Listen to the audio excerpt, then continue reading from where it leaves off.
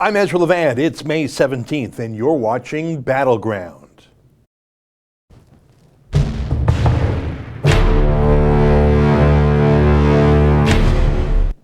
Hey, welcome back. It's great to see you. What we do every day at 12 noon Eastern Time is we have what's called a YouTube Superchat. It's live TV, plus you can write comments to me live on the side of your YouTube screen. Sometimes we have hundreds of comments over the course of the hour. If you want yours to stand out, there's a function that YouTube invented called Superchat. That's their phrase. You chip in a couple bucks, or I suppose as much as you want, $5, $10. The other day someone chipped in 50, and it puts your comment in a bright highlighted color, and it appends it to the top of the comment box so I will not miss it. It's fun, and it's also a way to support our viewer-supported TV show.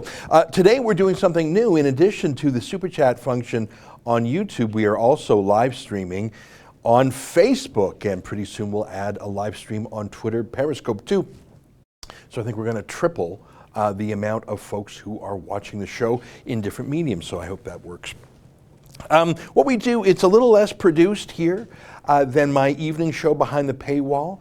I have some video clips and some other websites that I've just found interesting. Maybe I tweeted them, something like that, and we show them and I read your comments. I want to start with the news, I think, of the moment.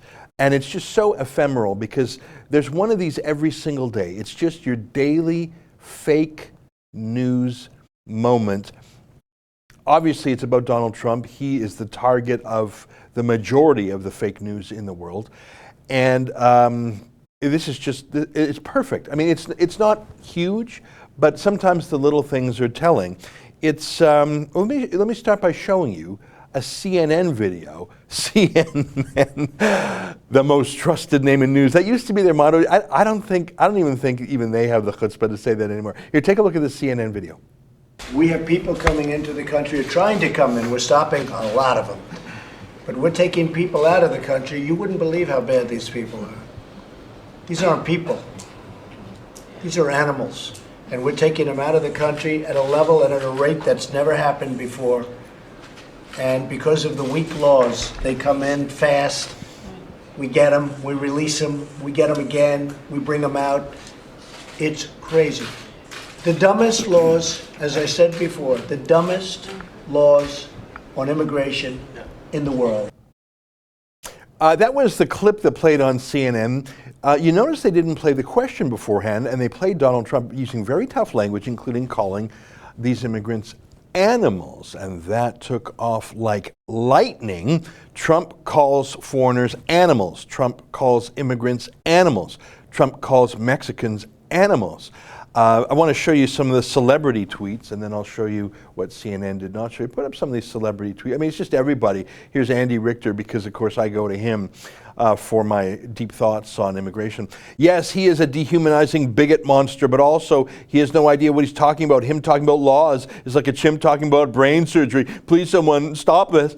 So calling someone a dehumanizing bigot monster chimp, that's cool, but calling someone animals isn't. If you're condemning someone for being rude, don't be rude just in that very second. Do we have any more of these celebrity reactions? Kathy Griffin, of course, because if there's someone who's an arbiter of good taste, it's Kathy Griffin, the woman who stood up with a fake severed head of Donald Trump. How the F-U-C-K, isn't this a breaking news story? The President of the United States calling immigrants animals. He's acting like it's just the criminals, but he really means all immigrants.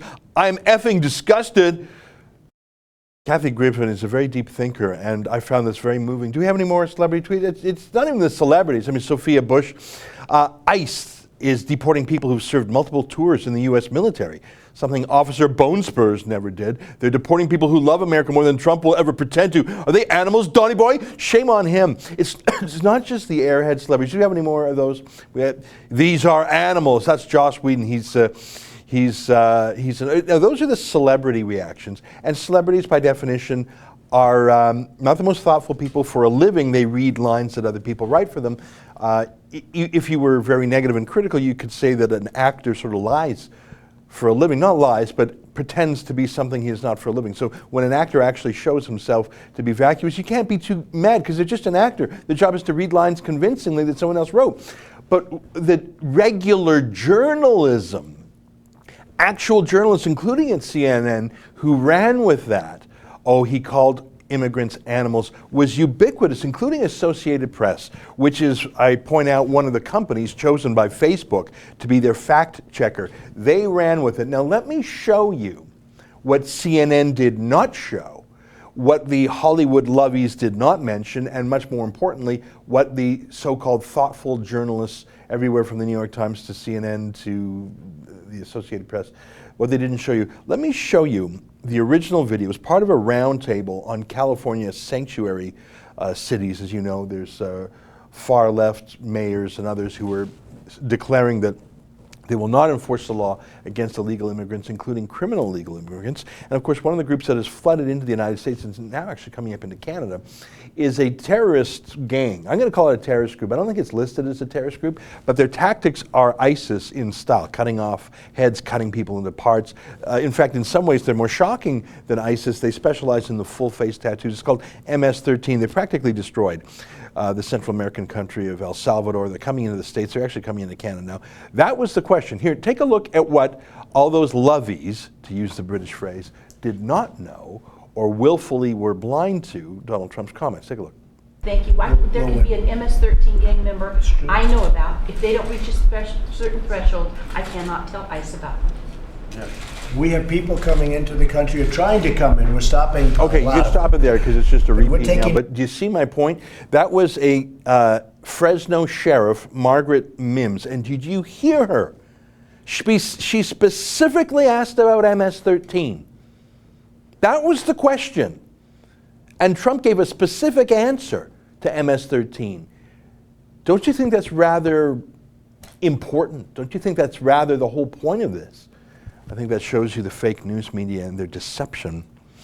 All right, let me remind you what we're doing because more folks are piling in. It's 12:07 every day between 12 and 1. I have a super chat, that's what it's called. You can make your comments on the right side of the page. I try and read them, but there's so many of them. If I were to read all of them, it would take up the whole time. I play clips. I take some comments. If you want your comments and highlight, chip in a few bucks. We need the dough. That's one of the ways we make money here at The Rebel. We do not take $1.5 billion a year like the CBC and like so many private media would love to do. Let me take a few questions. There are no super chat questions, but I'll just sort of scroll through. Andrew Bursack says MS-13 is a terrorist group. I would agree with you in that they are terrifying and they terrorize people, but traditionally we say terrorist groups have a political ideology. They terrorize for a political purpose. MS-13 just terrorizes for fun, profit, sheer evil, and personal enrichment, and drug gangs would say. So I think they're terrorists in their style. Who knows? They may be allied with terrorist groups, but I would call them the most violent criminal gang out there. But yeah, I mean, I understand your point. Someone with the gentle name Screw Off says, yeah, no one cares what Kathy thinks. Kathy Griffin. Well, I disagree with you. She seems to have sold out shows, and she's still the toast of the left-wing talk show circuit. Sarah M. Kathy Griffin is less of a comedian and more of a prophet. Yeah, I'm going to disagree with you on that. I think she just sort of takes the Democrat talking points and sort of microwaves them and turns them even weirder and mutates them and then just says the most extreme thing possible just to try and get some attention. I understand that. That's the currency in Hollywood, and she's on the wrong side of 50 in an industry that values youth and beauty, and she's not that funny anymore like so many comedians. She's replaced sour politics for what used to be funny humor that happened to be about politicians. Now it's just angry Democrat talking points, maybe with a laugh track thrown in. So yeah, when you're where Kathy Griffin is and you're sort of in the twilight of your career, you do what you have to do to get attention in that town. Space Girl says Minnesota checking in. Hello there. Entry required says hello from Sweden. Well, hello there. The weapon collection, YouTube is trying to hide your content, Ezra. Yes, we're aware of that. We're taking some steps. I've been in some email correspondence even this morning with one of our YouTube reps. Look, they don't care. I mean, the other day, Paul Joseph Watson, I think I mentioned this, he did a video on that new Childish Gambino vid, which is the most brutal, violent snuff-style video that's out there on YouTube, no age restrictions, depicts murders.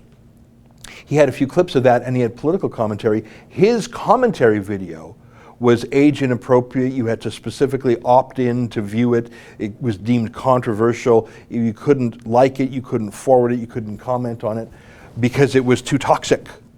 But of course, the original video itself was aired 120 million times on YouTube. No age restrictions at all. Pastor Phil Biggs chips in $2. Thanks very much. See, that's what the Super Chat looks like. It puts it in bright colors. I think if you chip in $5, it actually appends your comment to the top of that box. We're talking on YouTube Super Chat, but we are streaming this as well on Facebook Live. Okay, I want to move to the next story. It's from the capital city of British Columbia, Canada. And, it's called Victoria. That's the name of the city, and it's very Victorian. It's named after that monarch, and it's a little bit British in its character. It's a little bit laid back. They used to have a disparaging phrase for it, newlyweds and nearly deads. It's so beautiful out there. Lots of retirees, but also just very, very pretty. I like Victoria. It's the Empress Hotel. It's beautiful. Butcher Gardens. They're a little bit eco. They're a little bit freaky on the social justice warrior side. Check out this weird statement by the mayor. Victoria issues Ramadan challenge. And I think we actually have a quote here. Yeah, Victoria Mayor Lisa Helps and her council, so the whole team's getting involved in this, are challenging residents to take part in a community-wide fast on May 25th to mark Ramadan, the holiest month in the Islamic calendar. Really? Take the quote down. Let's take a look at Lisa Helps just one more time, the mayor. Very controversial, wacky social justice warrior mayor. And that's an imam at the local mosque. Since when does the secular government of a capital city, no less, and her council invoke, demand, request, plead, cajole, suggest that the population of a city practice a particular religion, which has a very specific religious meaning? It's based on the Quran. It's based on the belief in Muhammad and Allah. Would they tell every person in the city, no matter what religion, to practice the Catholic ritual of Lent? Would they tell every Victorian to fast for a day on the Jewish high holiday of Yom Kippur? No, of course not. Listen, I understand the separation of church and state, although if you read the Canadian Constitution, you'll find out there is no separation of church and state. That's actually more of an American concept. Our church is actually hardwired right into our Constitution. There are very special Christian rights in the Constitution that was part of the grand bargain between English and French Canada centuries ago. But what about the separation of mosque and state? And don't you think that social justice warrior Lisa Helps? Put her picture up just one more time. I mean, don't you think, and she's got those problem glasses, it's similar to the glasses that Kathleen Wynne wears. You got that hairstyle, you got those problem glasses. That is a dour woman who never laughs, scolds you for everything, looks for microaggressions, is always triggered. Do you think for a second she would promote Christianity, let alone Baptist or evangelical or Pentecostal or Mormonism, like a true Christianity, a firm Christianity? Do you think she would ever promote that and instruct her residents, including those of the Islamic persuasion, to follow Christian rituals? Of course not. Why is she using the instrumentality of the state, the resources of the state, and her office to promote Sharia? Well, because it's Canada and it's 2018, and if you dare criticize, you're just an Islamophobic bigot, so shut up. Let's take a peek. Are there any comments? Hate Love says, "Shut up, Canadian." Well, yeah, that's sort of the motto of the Canadian left. And my motto is, come and get me. Justin Trudeau Cringe Channel says, "What country was it where they buried the Muslim terrorists with pigs in?" Well, that is a very good question. It is historically accurate that there was an Islamic rebellion in the Philippines when there were American troops there. This was I don't know, more than 100 years ago. And the American tree, you can look this up. I just don't have it at my fingertips because I wasn't expecting the question. The American soldier in charge of putting down this Islamic rebellion made a point about pigs, pig fat on the bullets, bury the bodies in pigs. And according to the historical record, when that came out, that helped put down the rebellion, because these Islamic extremists did not want to be buried in pig's fat. I'm just telling you a historical example. That's just history. John Zealand, stupid mayor should hand out sandwiches to the starving. Well, listen, I think that if you're going to get into the, I think a mayor is not in the charity business. A mayor is not in the religious business. A mayor's business is running the city corporation with the powers that it is granted under our Constitution and whatever the Municipality Act is. I actually don't think the job of a mayor is to go hand out food to the homeless. We have charities for that. We have homeless shelters for that. The mayor's job is to be the mayor, but you're right. It sounds like she has a little bit too much time on her hands. Tom Youngjohn has a super chat tweet. Jordan Peterson's hour-long presentation, The Death of the Oceans. He claims bringing them back would be easy. Google it, watch it. Tom, I think you might have made this comment to me before, or someone else did. And I'm glad you're so passionate about that subject, The Death of the Oceans. And I do follow Jordan Peterson quite closely. I know he tweets about it. He's so prolific. I just can't keep up. If I were to watch every single Jordan Peterson video, I would have no time to do anything myself. I don't even know how he has time to create it. I really don't know anyone in the world who is more prolific than he is, and to that I say thank God. He's amazing.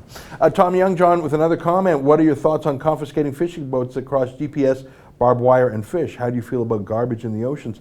Well, Tom, I was asked this question the other day, and my answer was uninformed, because I certainly don't want to pretend to have thought about this issue a lot. I'm from a landlocked province originally called Alberta, and but I think you're right. I think the real way to save nature is to harness mankind's natural greed.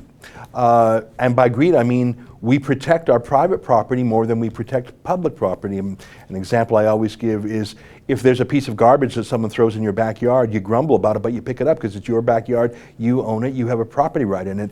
Pieces of garbage along the highway, we don't care. It's a tragedy of the commons, is how it was first described. It's another example I like to give is that no one takes a car that they're renting, no one takes a rental car to the car wash, because it's not your property. Why do you care? Whereas if it's your property, you put some love and care in it. It's why people often care for a home they own more than something they rent.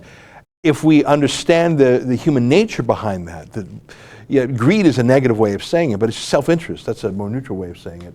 Then you'll understand why we care for things that we own, and it's just not possible to care about everything that we don't. If we could apply some sort of property rights to the oceans, that's a libertarian idea. I don't know if it's technically possible, but the solution probably lies somewhere along there. All right, let's take a look at the clock. I talked too much. It's 12:18. A third of our time is gone. Hey, some folks who are watching now were probably watching yesterday. And I played for you a clip of Sophie Gregoire Trudeau. That's Justin Trudeau's gold-digging wife. And I call her a gold digger, not because I have anything personal against her, but rather that's how she is in terms of entitlement to the public purse. Of course, she insisted on not one but two nannies put on the public payroll. I don't know if ever before in the history of Canada, or even in the United States or any liberal democracy that's not a kleptocracy, I've never heard of the First Lady putting nannies on the payroll. Like if there's some, event planner or chief of staff, fine, but you're putting your own nannies on the taxpayer payroll, not one but two, like she's some Angelina Jolie celebrity or something. And of course, as you know, it was Sophie Gregoire Trudeau who not once but twice called up that billionaire island in the Bahamas and said, hey, can I bring my friends over? And the princess who owned the island said, well, we're not going to be there. And Sophie Gregoire Trudeau said, oh, no, that's fine. I don't want to see you. I just want your free stuff. She's such a gold digger. Yesterday, I played for you a clip of her being inflicted on a Martin Luther King Jr. Day event in Ottawa. I'm not sure why we have Martin Luther King Day in Ottawa. I mean, I actually admire Martin Luther King quite a bit, but he was an American who fought the civil rights battle in America. Our Canadian story is very different. As you may know, we were the destination of the Underground Railroad. We were where freed slaves fled to. So I really don't know why there was a Martin Luther King event in Ottawa. It's fine. I'm not against it. It's just, it's not really, Rosa Parks wasn't our story either. It's just not our story. But Sophie Gregoire Trudeau was inflicted on them, and she insisted on singing. And I played you a little bit of her song yesterday. But when it happened, Gavin McInnes, our alumnus, he sang along with it. And as I mentioned yesterday, we've produced about 8,200 videos here at the Rebel in our 3 years of existence. And I have to say, of the 8,200 videos we've produced, this is the funniest. It is the funniest.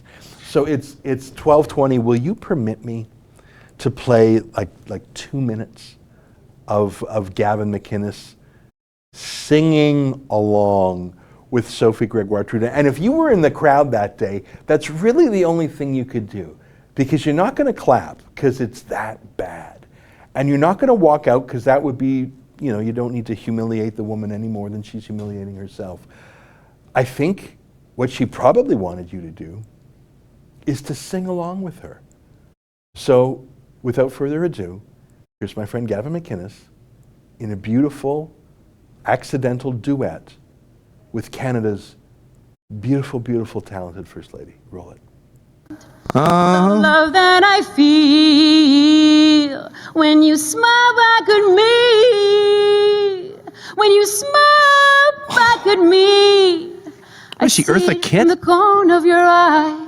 Oh, it's a new song Say now. that we will say goodbye, but nothing will take away what's between you and me. Oh my God. Is that guy asleep or blind? Smile back at me. When you smile back at me. When you smile, when you smile, when you smile. Beautiful. I love you. I love you too. Child. I love you, my child. Ooh. Check this out.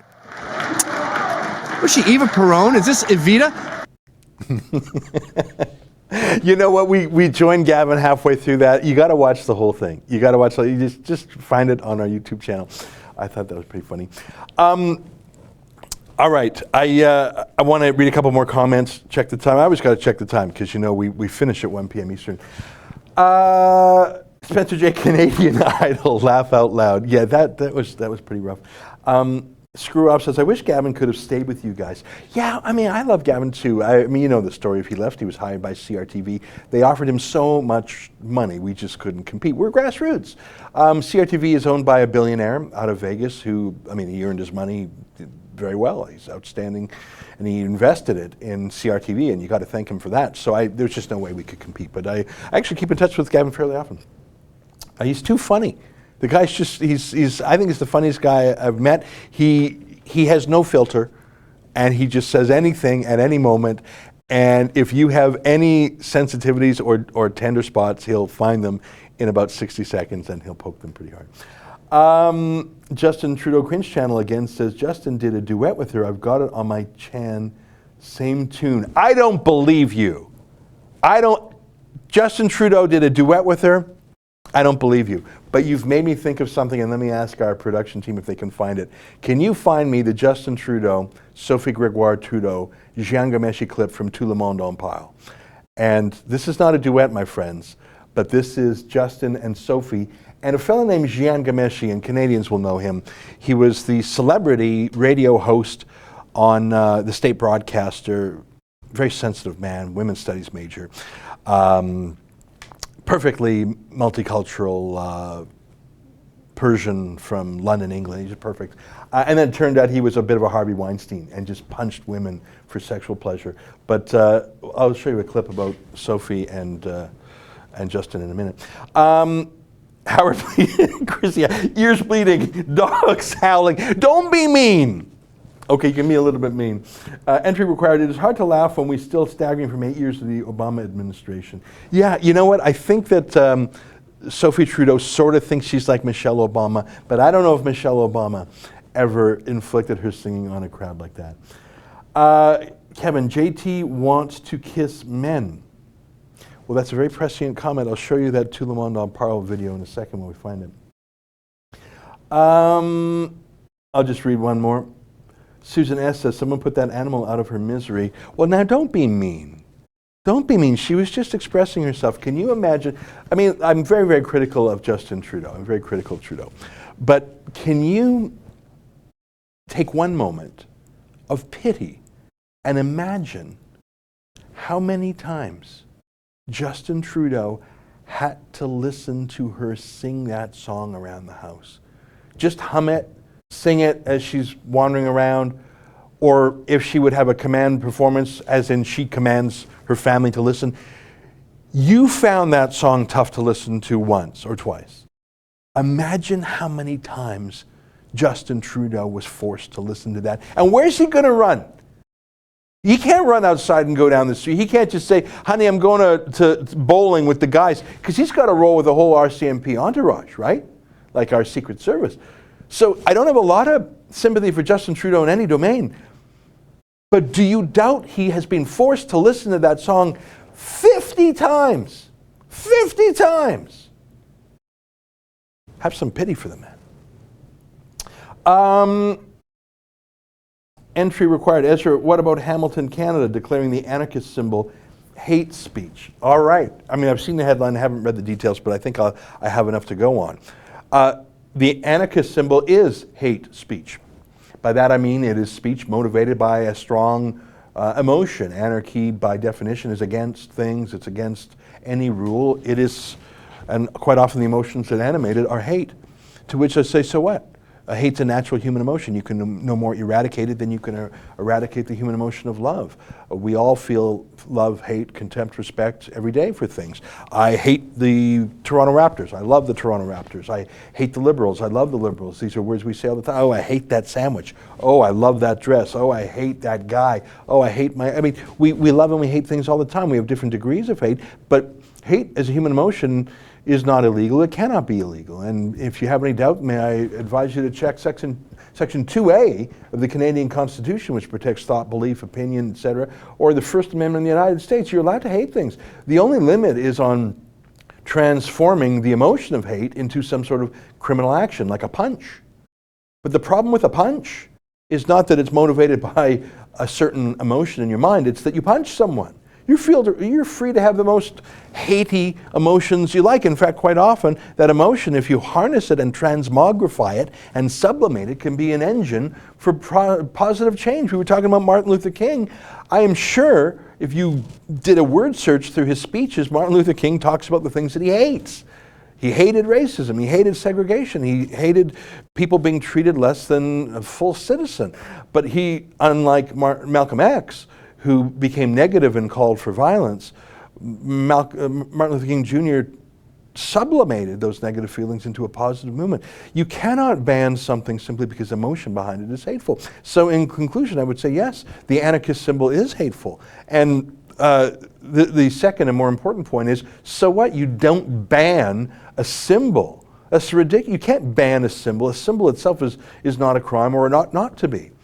It's the actions that may or may not be criminal.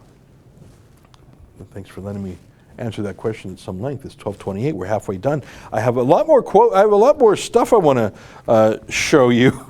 And if you think Sophie Gregoire Trudeau is cool, if you think she's totally hip, totally connected with the millennials, well, she's got competition in Justin Trudeau's circles, because there is a cabinet minister who is even cooler than Sophie Gregoire Trudeau. And her name is Catherine McKenna. And she is a hero. Now, I don't throw that word around lightly. She's a hero. And don't take it from me, and don't take it from the Liberal Party. Take it from the nonpartisan civil service at Environment Canada. These are the professional bureaucrats. The politicians come and go, but these are the professionals. They take a civil service oath of nonpartisanship and loyalty to the government of the day. They're what makes this country work. And so not from her political account, but rather from the government account of Environment in Canada, this important piece of business was done yesterday. Put it up on the screen, please. As you can see, it's the verified account for Environment Canada.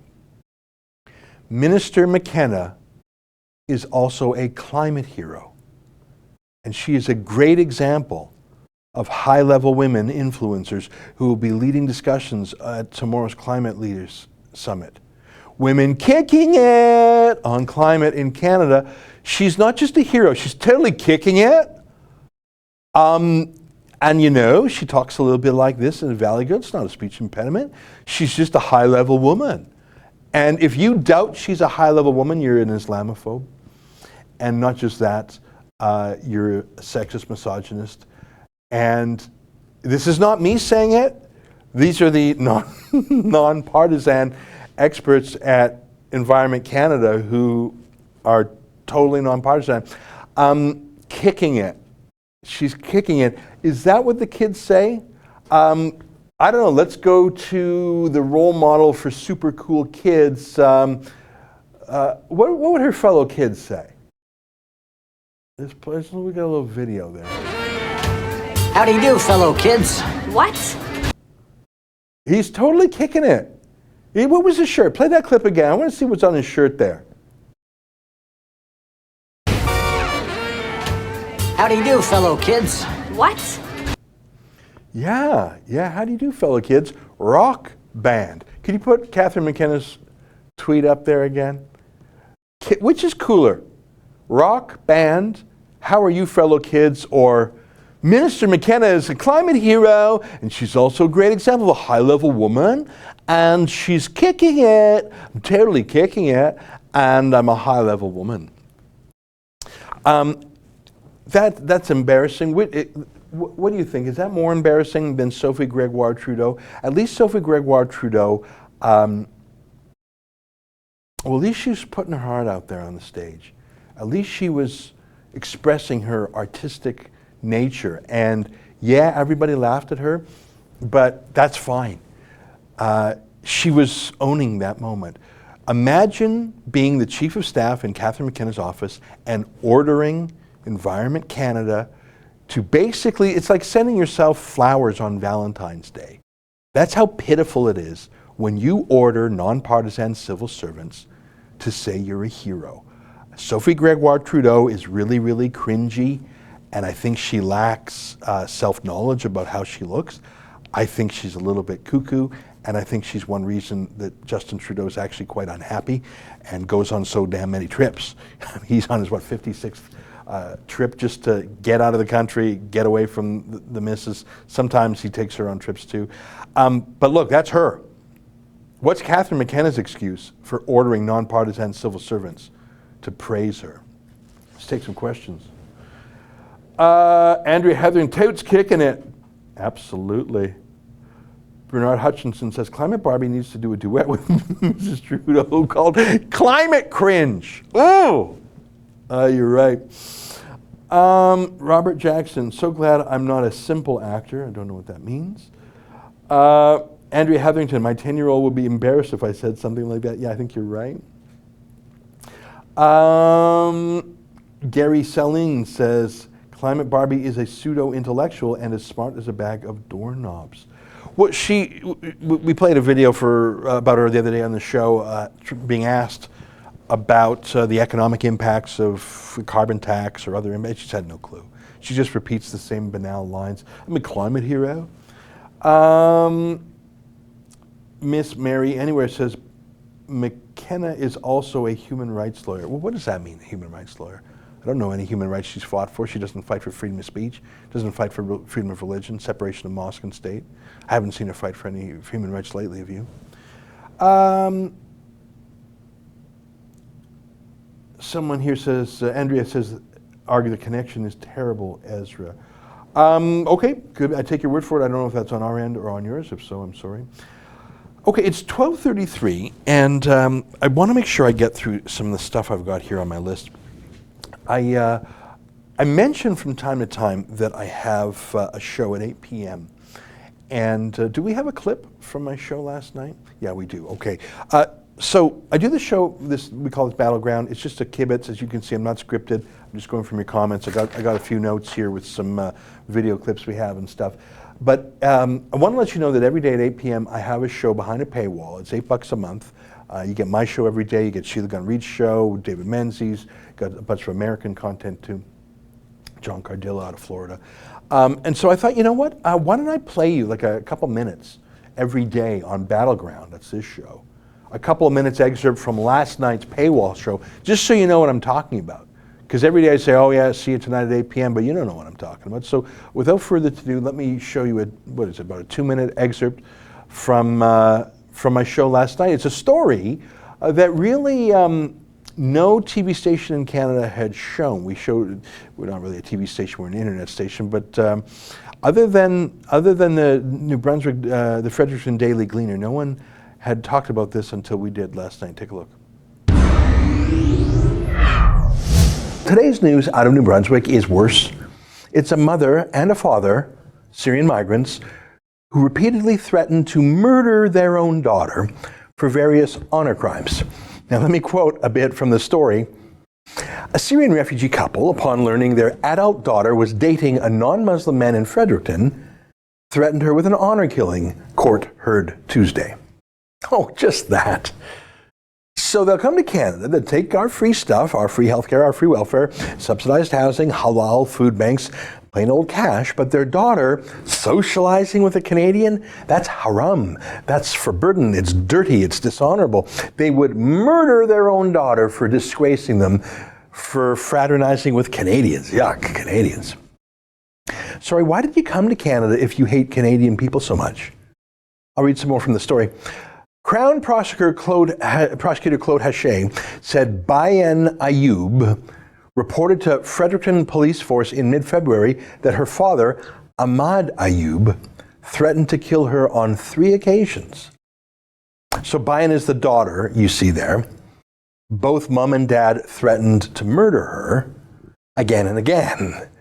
The first time was in April 2016, just 2 months after the family arrived in Canada, court heard, when the father became irate when he discovered Bayan had an iPad she'd won in a contest. He threatened to poison her food at that time, Haché said. Poison, eh? That's Dad of the Year material right there. That's a Trudeau refugee. That's unvetted mass migration from a rape culture that treats women as chattel. That's violence, that's anti-infidel bigotry. We hear the word Islamophobia a lot, but what do you call it when a Syrian migrant hates Canadians so much that he tells his own daughter he'll poison her if she hangs out with Canadians, even chats with them on an iPad? I don't know, what's that, Canada phobia or something? How about just someone who doesn't belong here and doesn't deserve our charity? Maybe he's better fit for Syria after all. They do a lot of that over there. But it wasn't just a heated comment in the moment. It's something he said again and again. That's an excerpt from my daily TV show, the Ezra Levant show. All right, we could take it.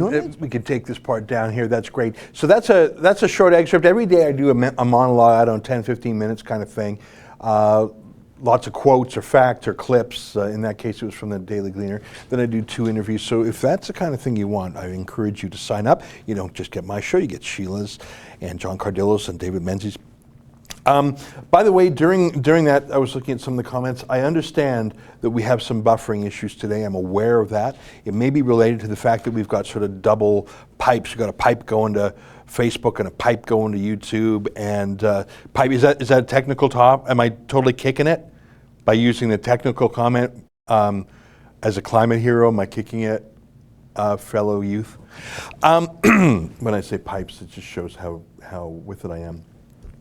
Let me check the time. It's 12:38. We're 2/3 done. I want to run an ad. I want to run an ad for Rebel Israel. This is basically your last chance to come with Sheila, me, John Cardillo, Tanvirama, and Katie Hopkins to Israel. We're going for 10 days. You got to sign up because we're leaving on June 25th. So it's just barely a month away. You got to get your ticket. We've got over 60 people signed up. It's going to be great. We're going around in buses, really comfy hotels, meals, hanging out. Come for Israel, most amazing place to visit. And you're going to be with about 60 or 70 of your fellow rebels, plus the 5 rebel celebrities. Hey, if she can call herself a climate hero, I can say our people are celebrities, right? So show the ad. Show people what I'm talking about.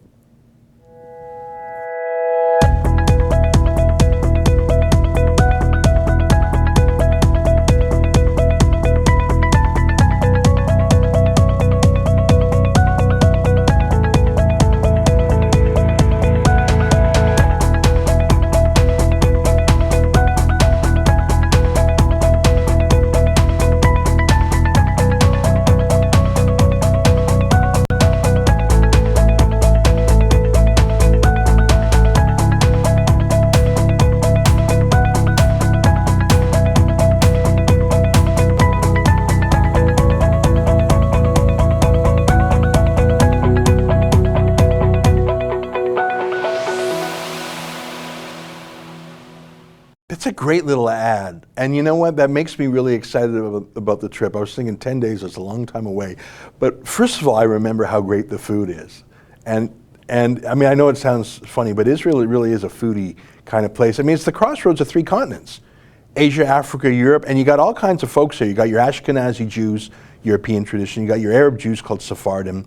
You've got Ethiopian Jews. And it's not just Jews. You've got a million Muslims there. You've got a million Russians who've come over the last 20 years. So it's a hell of a place. And of course, we're going with smart tour guides, bit of a political. I don't know if I've mentioned this, but we've actually got tickets to the Israel Air Force Academy's graduation air show. That's a pretty hot ticket. I'm excited about that. Oh, I see there's a super chat comment from CCMMAACC123. $35. Thank you very much. It says, hi Ezra, proud Producers Club member here. This is the first time I've been able to participate live. I love the format of this live show. Your thoughts on Kinder Morgan, will they stay? Well, thanks very much for your generous super chat comment. I do not think Kinder Morgan will stay. I think they are not interested in drama, and all we're getting from our drama teacher, Prime Minister, is drama. And all we're getting from Bill Morneau is vague, passive-aggressive comments. Kinder Morgan does not want a bailout. They do not want a government investment partner. Would you want government investing in your project? They just want to be able to build the pipeline with their own. They're not looking for an investor. They're not looking for an insurer. And Bill Morneau yesterday was starting to telegraph that he's going to blame Kinder Morgan for driving a hard bargain. They don't want a bargain. They just want the laws of Canada to be implemented. I am quite sure they're going to go, because I do not think, first of all, that Justin Trudeau, Bill Morneau, Catherine McKenna, and Jim Carr are serious about keeping them. They haven't lifted a finger to pave the way in BC. Trudeau and Gerald Butts, their whole base is environmentalists in BC. They're not going to call off their dogs. I'm just worried that this is not just going to be a loss of a $7.4 billion construction project and all the oil and gas industries that are depending on the pipeline, but it's going to basically be the final word on should you invest money in a big industrial project in Canada. And they killed Northern Gateway, they killed Energy East, they're killing Kinder Morgan, they've driven out Pacific Northwest LNG. It's about $100 billion all told between him and Rachel Notley. So it's not just the loss of Kinder Morgan. Who on earth would invest here? And I point out again that Total SA, the large French oil and gas company, they pulled out of Alberta and invested in Iran. They actually think that's a better risk-adjusted rate of return. So thanks for that Super Chat comment. Let me check the time. It's 12:43. I got to be careful. I only have 17 minutes left, and I have a couple more video clips. Yesterday, I mentioned Rob Ford and how he had a natural disdain for the media. I mentioned his brother Doug Ford, who's sort of one standard deviation more normal than Rob. God bless Doug and may he rest in peace. Rob. God bless Rob and may he rest in peace. I loved him, and I loved him for his flaws because he was so very human, and I think everyone thought he's human, he's frail, he's made a lot of mistakes, but the way he is being crucified is, I think, the bullying of Rob Ford by the sneering snob media was half of his appeal, because everyone projected and said, they must feel the same way about me. I mean, the mockery in the Globe and Mail, in the Toronto Star about him being fat. Well, I mean, I'm fat too. I'm not quite as fat as Rob Ford was. So the way they sneered at Rob for being fat, you don't think they think that way about you too? The way they sneered at him for his foibles, you don't think they feel that way about you too? And so I think it was like a diamond. The more pressure was put on him, the stronger he became in terms of his appeal for the public. Rob is gone. Doug is here. Doug is not as edgy as Rob. He doesn't have the same challenges that we know of. He's not as ideologically strong either. I'm told that Rob used to call Doug the pinko in the family. I don't know if that's true. That's gossip. But what I loved best about Rob Ford is he did not give the media any more respect than they deserve, and they deserve very little. And I mentioned, to me, probably the greatest media relations example I've ever seen in my life. No, Donald Trump had a better one when he was challenged on the word Pocahontas in North Dakota. We'll have to play that clip tomorrow, Hannah. Remind me to get the Pocahontas clip from Trump. But other than that, what I'm about to show you is perhaps the finest example of how to handle a journalist I have ever seen. So this is audio. This is from a radio show on Canada's state broadcaster called the CBC.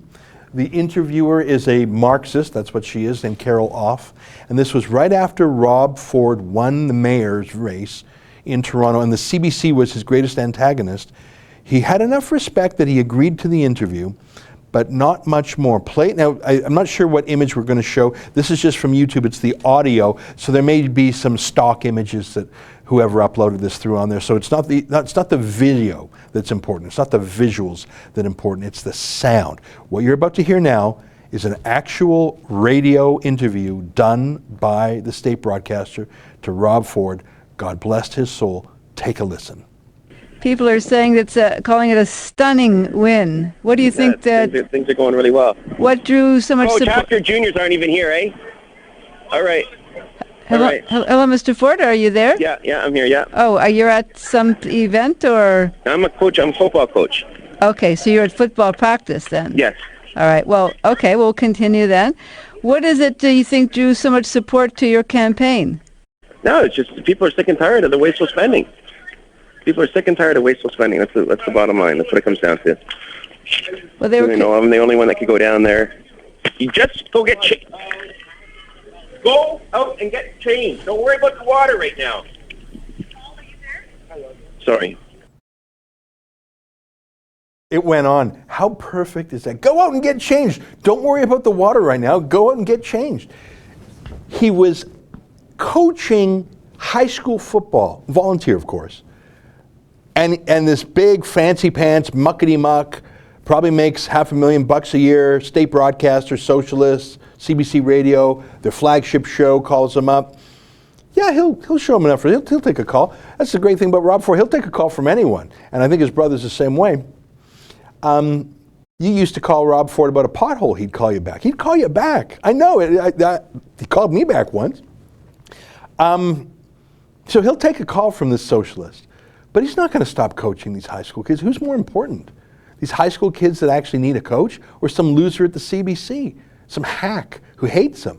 That was, you can find that pretty quick on YouTube if you want the whole thing. We only played about 30 seconds there. But he did not stop coaching. And I bet a lot of coaches, volunteer coaches, they got a call from their wife or something, their kid, their buddy, while they're coaching. They don't say, okay, team, you all sit there and do nothing while I talk to this buddy of mine. No. You're coaching while you're on the phone. That's a normal human being. That was my favorite media moment of all time, other than the Pocahontas clip, which I'll try and show you tomorrow. So yeah, I just wanted to mention that because sometimes we don't have our clips as fast as we can. Who knows? Hannah, if you can find the Pocahontas clip, we'll show it today, but if not, I'll find it and I'll show you the one tomorrow. Let's check the time and take some comments. It's 12:48. What we're doing every day, we call it Battleground. I kibitz. I randomly chat about things. I have a list of clips and other websites that I try and go through, show you some things from other parts of our show, take comments. Superchat is a phrase that Google uses for comments that are put on bright colors. As you can see, CMAC123 was generous enough to chip in $35. That's why his comment is pinned to the top. Here's Craig McDonald for $13.99. Thank you very much. I'd rather give my donations to the Rebel than to the UCP or the CPC, since they refuse to treat the Rebel as legitimate media. Don't they know we're their only friends in the media? That's Craig McDonald. Well, you're right, and I wouldn't even say we're their friends. We're the only people giving them a fair shot. We criticize them when it's appropriate, but we don't criticize them in a malicious, bad faith, gotcha kind of way, which the CBC and the mainstream media do. And I continue to believe that it's important for the conservative parties in Canada to have media to their right, to pull them to the right when everyone else pulls them to the left. If Jason Kenney, Andrew Scheer were the most right-wing things in the country, every single gravitational force would pull them to the left. No one would pull them to the right. Surely you want as many to your right as to your left so you can walk straight. You can walk a straight line. To marginalize those on the right, let me ask you this. Have you ever seen the Liberal Party marginalize a medium to their left? No, they love it. It gives them cover. I mean, how many times have you heard a politician say, I must be doing something right. I got folks on my right and my left criticizing. I'm on the right path. That's not a logical argument, but it has a certain effectiveness to say, I'm actually moderate. Doug Ford knew that when Tanya Granick-Allen ran in the leadership and then supported him. She was to his right, so he looked moderate. When he threw her overboard, why would you throw overboard your insulation, your protection? So thanks for chipping in to us. And by the way, you never need to give money to these political parties. You know how much money the federal conservatives got last year? I think they raised, what, 18 million or 20 million bucks? They get such, and that's on top of the government subsidies they get, and that's on top of the government budgets they have. The Conservative Party of Canada and the caucus and the MPs and the leaders of the opposition, they're probably burning up 50 million bucks a year from taxpayers. So yeah, if you're going to give them $100, they'll send you a little thank you note and you'll never get off their email and phone list. But they don't need an extra $100. Whereas we don't get a dime from the government. I wouldn't want a dime from the government. We'd turn into Carol off. But yeah, thank you for that. I truly believe that if dollar for dollar, bang for your buck, don't give money to the Conservative Party. And I'm not against the Conservative Party. I'm just saying $100 to them is nothing. Okay, let's check the time. It's 12:51. We only have 9 minutes left. Let's read some more quotes. Screw Up says, Ezra, I really like the format. I wish YouTube would let you flourish instead of doing their best to inhibit you. Yeah, thanks very much. I agree with you. I think we have some buffering issues that may be on our end today. We're going to look into that. But yeah, they're definitely screwing with our notifications and demonetizations. They massively demonetized us about 16 months ago, but we live on. John says, Rob could have cared less about the fake news media, my hero. You're exactly right. And it was very telling that all the people who talk about don't bully and mental health awareness and be kind, be better, when it was Rob Ford, they brought out the daggers. And the guy clearly had personal challenges. They didn't care. They went in for the kill. They were literally paying, the Toronto Star was literally paying a bounty, $5,000, for anyone in Rob Ford's friends or acquaintances to tape him on cell phones surreptitiously at home, in private residences, off duty, just to get embarrassing stuff. Oh, he's drunk. Ha ha, here's $5,000. They literally put a bounty on anything embarrassing. These are the folks who had a front page story because during his diet, he went into a KFC. Sorry, is that news? That is not news. That's fat shaming. Now, fat shaming and other kinds of shaming and splaining is a social justice warrior's bane, unless it's Rob Ford. Then fire away. We have one more question, then we got a couple more videos I'm going to try and jam in. It's 12:53. Black Pigeon Speaks has a great video on the two Londons. That's what Fast Hines 039 says. Okay. Lauren Southern, the masculine version of Lauren, says CBC fake news. Oh, they're totally fake news. Entry required says, Ezra, oil prices are low. How viable is oil sands development now? I thought I remembered $90 a barrel was a break-even point for oil sands. Well, first of all, oil prices are not low. I haven't checked them lately, but they're in the $80 to $90 range right now, and that's US dollars. So convert that to Canadian, that's over $100. The trouble is, number one, we can't get world prices for our oil because there's the bottleneck at the pipelines. So we're selling at a tremendous discount. If you're interested, Google West Texas Intermediate, WTI, or North Sea Brent. These are various classifications or types of oil on the world market. Look at the prices for West Texas Intermediate. I don't know, I haven't checked it. I'm going to guess $80, $85. Compare that to what's called Western Canada Select. That's another way of saying oil sands oil. Western Canada Select's probably $20 a barrel cheaper, US, because we are forced to sell it at a discount because we only have pipelines to one customer, and there's a glut of oil and a shortage of pipelines. So that's one problem. There are oil sands producers that can make money in the $30 range. But that's not going to work if you're being carbon taxed and production capped and income taxed and regulated to death. Yeah, so that's the problem. If you look, there are high-cost jurisdictions around the world that are booming. It's Canada that's not, and it's because of our own policies. 12:54, we have time for one more video. I want to play the Save the Christians video because we played that before, but now I'm pleased to say you can have a video on demand download right now for our first documentary called Save the Christians. Here's a little explanation of what that's all about.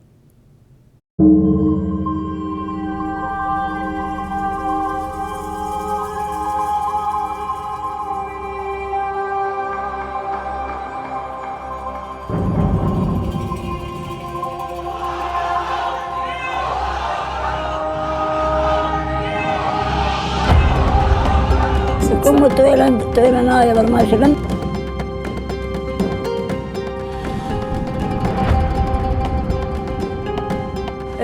صراحة صار الضرب الصبح الفجر فاحنا ما قدرنا نطلع يعني.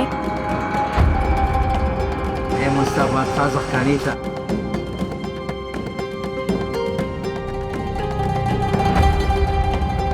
يعني قالوا تأسلمون يصيرون الإسلام. لا.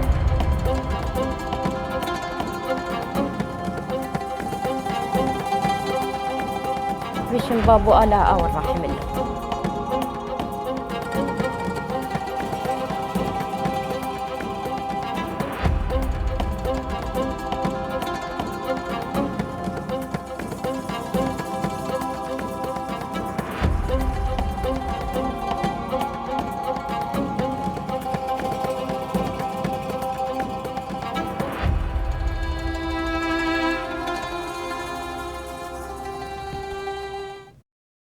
Hey, welcome back. I was just looking at comments while that ad was running. If you haven't seen Save the Christians yet, I encourage you to do so. It's about the genocide, there's no other word for it, ethnic cleansing is maybe another word, of Christians in Arab and Muslim lands. We visited Iraq, we saw Christian communities that are 1,400 years old, and they're being wiped out by ISIS. It's 12:56. I'm pleased to say our hardworking production team has found that clip I was talking about. Perhaps the only better media relations moment than Rob Ford doing a radio interview while barking out coaching orders to the kids was Donald Trump. I think he was in North Dakota, which is right near the Canadian border. There was actually a Canadian activist journalist in the crowd. And just, I'm setting you up here a little bit for the clip. Elizabeth Warren, as you know, the Democrat senator from Massachusetts, I think, who faked her Aboriginal identity. She said she was Indian so she could get an affirmative action hire at Harvard. She was not qualified to be hired, but she said, oh yeah, I'm Indian, sort of like Rachel Dolezal or Sean King, white kids pretending to be black so they could, get work and stuff. So this woman not only lied and cheated and fraudulently got that position, but she denied an actual Aboriginal that position. I mean, if the idea is to promote Aboriginal people, she stole that from them. So this has all come out, it's been proved many times, and she's a liar, and it's so weird how she's digging in on the lie. But Donald Trump calls her Pocahontas, because that's what he does. He's just got the funny nicknames, and it's hilarious, and he said it, and some journalist said, that's offensive, and Donald Trump gave a masterclass of how to deal with a whiny leftist journalist who says who scolds you for using words like lock her up. And I think my team here has the video, so let's play the Pocahontas clip. Warren, she seems to have made it her job. Who, Pocahontas? Pocahontas, well, no, look, she is it's very offensive. You tell me, really? Oh, I'm sorry about that. Pocahontas, is that what you said? Elizabeth Warren? She is, no, she tweets a lot about me. Every once in a while I'll tweet. And when I tweet, not that many people are watching her tweets. When I tweet, they watch. I will say this, look, she is a senator that's highly overrated. She's passed. Yeah, he goes on for a bit, but did you catch the key part? That was a journalist who said, that's highly offensive, I'm deeply offended. And he said, what, Pocahontas? You offended about Pocahontas? You saying I shouldn't say Pocahontas? Are you mad that I said Pocahontas? Okay, I better not say Pocahontas. As in, he did not bend the knee. He owned it, and what's she going to keep saying? Oh, you're being even more offensive. Well, yeah, we know that you would say that because you've already said that, and the worst you can do is keep on saying that, and we're just going to all laugh at you because you're a scold. But had he said what any other politician would do normally, which is, oh, I'm so sorry, well, then that would have been a story, and he would have bent the knee, and then people could know that they could silence Donald Trump. The reason he's so popular is that you can't. There's one last super chat tweet I'll mention, and then we're out of time. Allie Clark, thank you very much. You're a regular super chatter. Excellent documentary, Ezra, watched yesterday. Will there be updates regarding this region? Also, is donations campaign ongoing? Thank you very much for that. Yes, we will have an update. Jennifer Breeden, the host of the documentary, will be going back to Iraq. We don't have a firm time on that. We're also going to have her promote the movie in churches. We've done that twice now. Is the donations campaign ongoing? The generosity.com campaign is closed, I think. But I'd like to. I want to make sure we know exactly what we're doing and who we're giving it to. Jennifer will have a role in that because she goes back to Iraq from time to time. So I don't have more specific answers for you now, but thank you for watching the video. And I do know that Jennifer is going to go back. We just don't have a date for that. There you go. It's 1 p.m. sharp. An hour goes by so quick. I didn't even get to John Oliver on Venezuela or Rosanne talking about her show. Maybe I'll jam those in tomorrow, but you know, we'll probably have more tomorrow stuff tomorrow. We just can't cover everything. Why don't you tune in tonight at 8 p.m. for my show? If you're not a subscriber, consider doing it. And either way, I'll see you back here tomorrow at 12 noon Eastern time. We're going to try and fix the buffering issue. I apologize, we had some challenges. Thank you to all our super chatters. We got folks watching on YouTube. We got folks watching on Facebook. We're going to try and plug in Periscope on Twitter too. We're going to try and keep going with this. Thanks for being a part of it. Until tomorrow, on behalf of all of us here at Rebel World Headquarters, keep fighting for freedom.